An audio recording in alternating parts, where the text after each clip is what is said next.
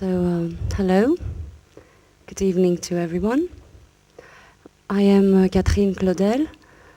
Welcome for here. Thank you very much for being here to the screening of the Fade to Black project.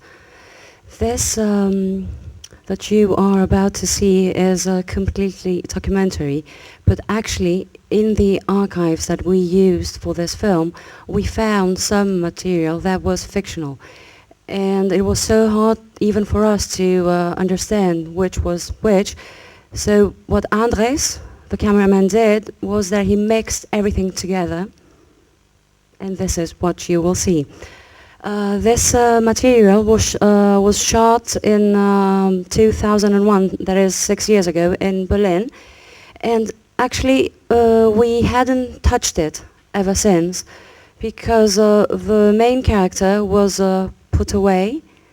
So after that we did not feel that we wanted to use it, and the years went by, and finally Malaria was the one who convinced us to start working on it. Actually we started working on it, talking about it last spring, and finally working on it last autumn.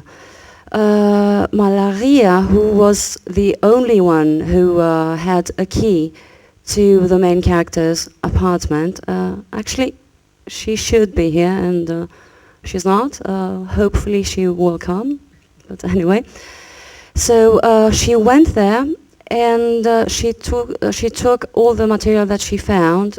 Actually, I believe that he wanted us to have it and use it for this film.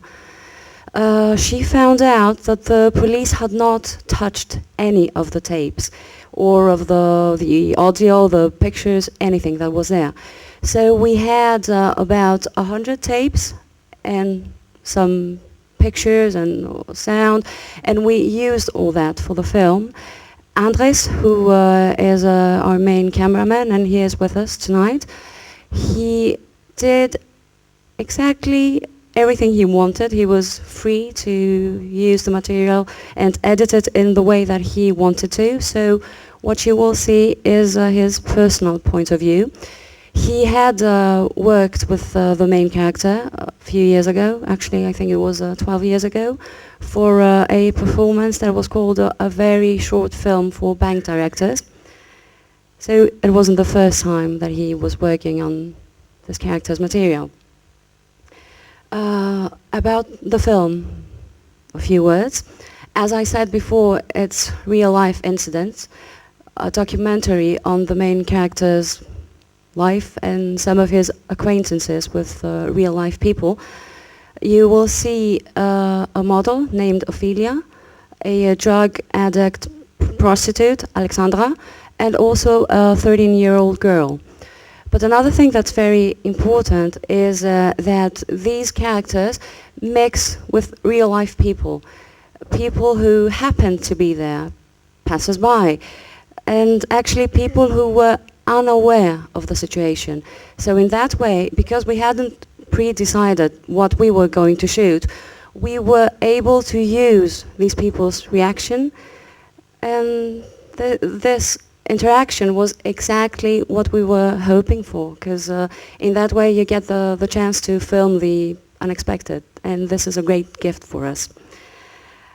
For instance, there was an incident in the arcades, the big shopping center in Potsdamer Platz. I guess you all know where it is. And there's a lot of security people dressed like policemen completely. And we had to do a shooting there with the 13-year-old girl, Julia, and we did not have a license. So it was very hard for us to get a license, since Andres was leaving on the same day for Chile, and we didn't have the time. But even if we had the time to get a license, we wouldn't like to have one, actually, because we were really interested in watching the people's reaction, the security people who did not know. So actually we went there, we started filming, and what happened was that the security people came to us, shouting that, what's that, there's a camera, you're not allowed to do that. But since the aunt of the young girl was there, and she started protesting, not about the actual shooting in the camera, but about this relationship between a very young girl and an older man. So these people, the security people, they completely forgot about the camera and started reacting about the 13-year-old, the aunt, the main character. So that was unexpected, and we filmed it, and we were very happy to do so.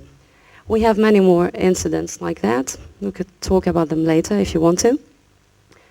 And a few words about our working method.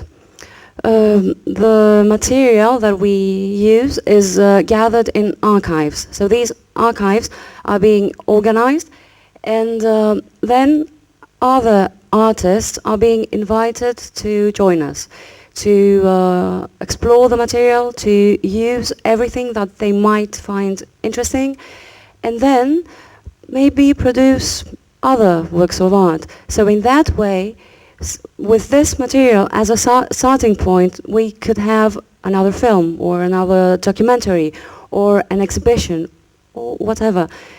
So, of course, this happens after collaborating with us.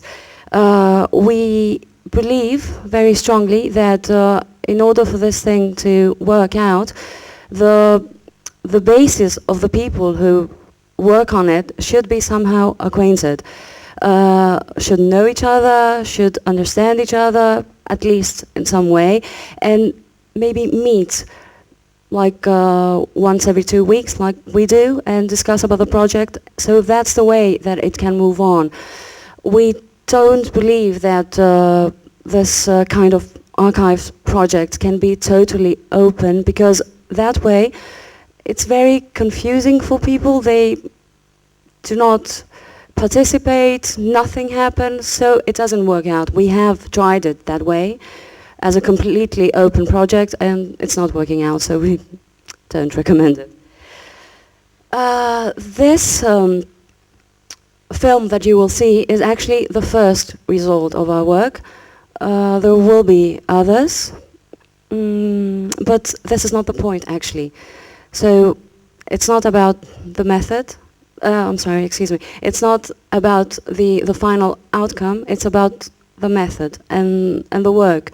And it's also like about the journey and not about the destination. And the last thing I wanted to say that's very important for us, and it has been the basic motivation for us to start working on this project, it was to explore the truth, to find the reasons why he did it. Was there some message behind this act, or did he want to say something to the people? Did we have some signs, some clues that this would happen? And of course, if there was something that we could have done in order to prevent this from happening. So all these questions and many more have been troubling us while working on this material, and maybe you will have some questions and share them, and this would be very helpful. I will let you watch the film now. I have to say, of course, that this is very rough material, so if someone among you is oversensitive to violence or blood or syringes, like many people are, he might want to leave. So you have 15 seconds to leave if you want to.